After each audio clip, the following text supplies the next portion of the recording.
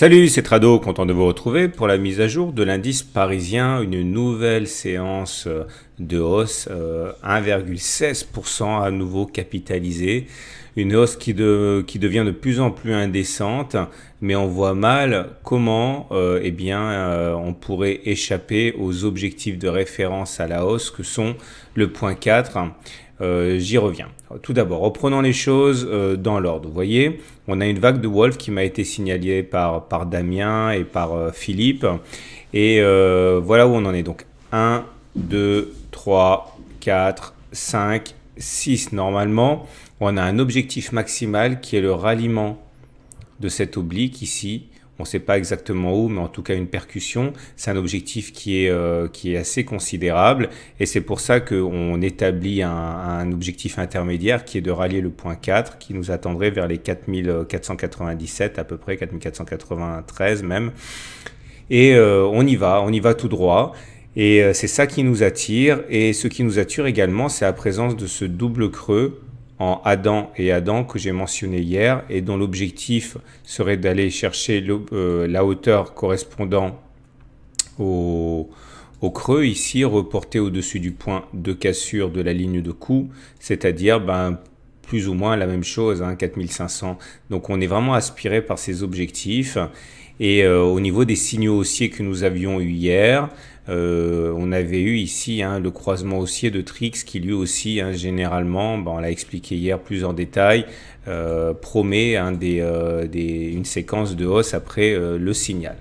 Alors, pour être complètement transparent, et vous le savez parce que je ne le cache pas, moi j'avais plutôt en tête l'idée d'un trade baissier pour aller chercher les 4300, le seuil psychologique des 4300 au regard de la temporisation sur Wall Street hier, mais finalement le marché n'en a eu que cure, et du coup on reprend la hausse et on vient complètement boucher le gap qui est né le 23 juin au 24 juin, c'est-à-dire le gap du Brexit.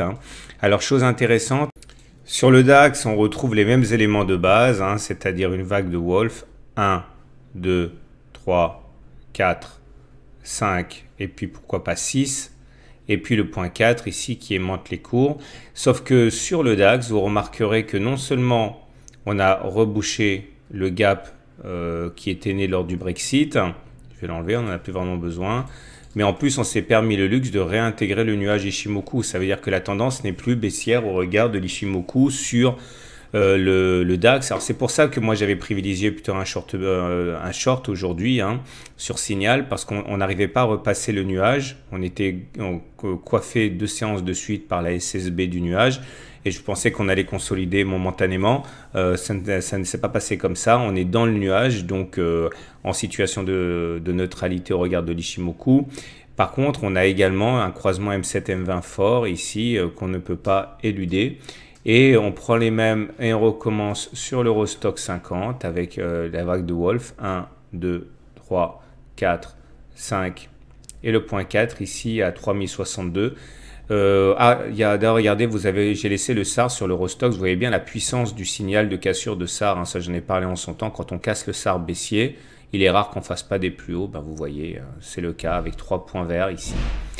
Il ne nous reste plus qu'à mentionner rapidement le SP500 qui est dans une santé étincelante, sauf que lui a déjà rallié l'objectif de la vague de Wolf. 1, 2, 3, 4, 5. Point 4 rallié à 2114, point 6 rallié sur le contact ici. Bon, tout va bien pour le SP500.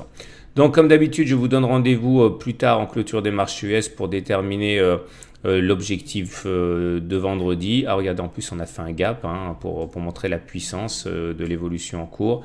Donc je vous dis à tout à l'heure.